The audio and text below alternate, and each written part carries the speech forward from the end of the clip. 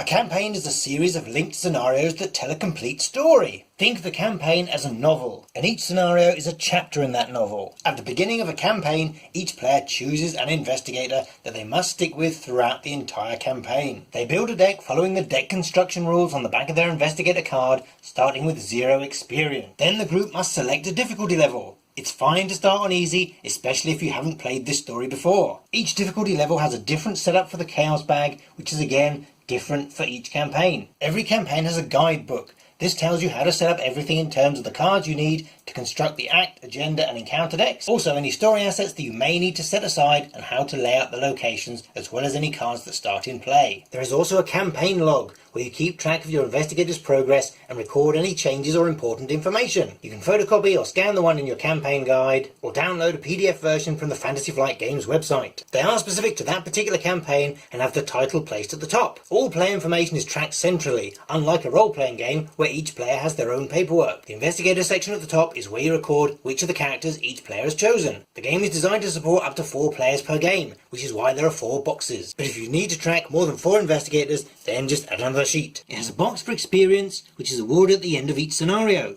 You can use experience to change the cards in your investigator deck between games and maybe go off on a side story. Trauma gained from being eliminated from a scenario or from a resolution is recorded here. And you enter any story assets a particular resolution instructs you to add to that investigator's deck in the box there. Likewise with any weaknesses you gain. You can use the notes section to jot down any story points you want to remember if there's going to be a long gap while you wait for the next instalment. Some campaigns will have specific information you need to record to set up future parts and will give you an area of the sheet specifically to do this. And finally you have the flowchart. This tells you what order to play the scenarios in and lets you know if you have a choice in that order, such as the first 2 parts of the Dunwich Legacy, which let you decide which one you want to play first. It also tells you the names of each scenario, which is handy when they're sold separately. And note, the scenario that you play through is in a square box, but any choices you make or story you need to read between games has a circle. And there are handy tick boxes to remind you if you completed it last session or if you decided to think on it before your next game night. Once each player has selected an investigator, only they may play that investigator for the rest of the campaign. You don't get to swap them about, but there's no reason why you can't have more than one campaign running at once with the same or different groups. If a player misses a session or drops out completely, leave their information in the log because they may come back or because a resolution may affect all investigators. If you have a new player join your campaign, add their information to the log. That player must select an investigator that has not been played before in this campaign. They start with no experience and must first build a deck with only level 0 cards. They don't get to take over someone else's investigator. If any investigator is killed or driven insane, record it in this box here. This happens when their trauma gained equals or exceeds the printed value on their investigator card, but sometimes from a card effect or a particularly bad scenario resolution. No one may select that investigator for the rest of the campaign. Then the player chooses an investigator that has not been previously used,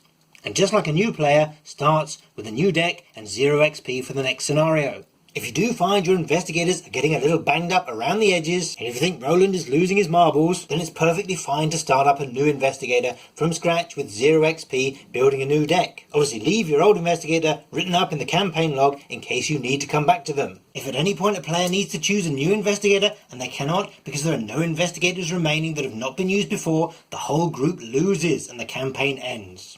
You failed. Now try it again.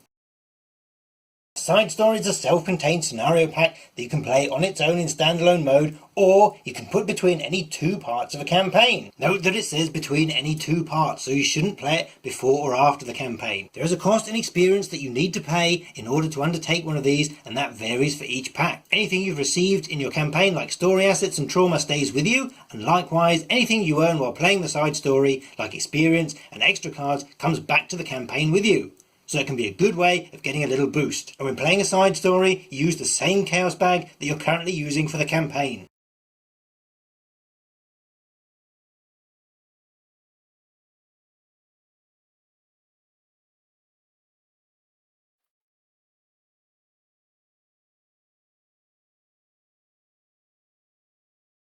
A little trick, if you cut your shrink wrap off the back like that, when you remove top, it will still stay on.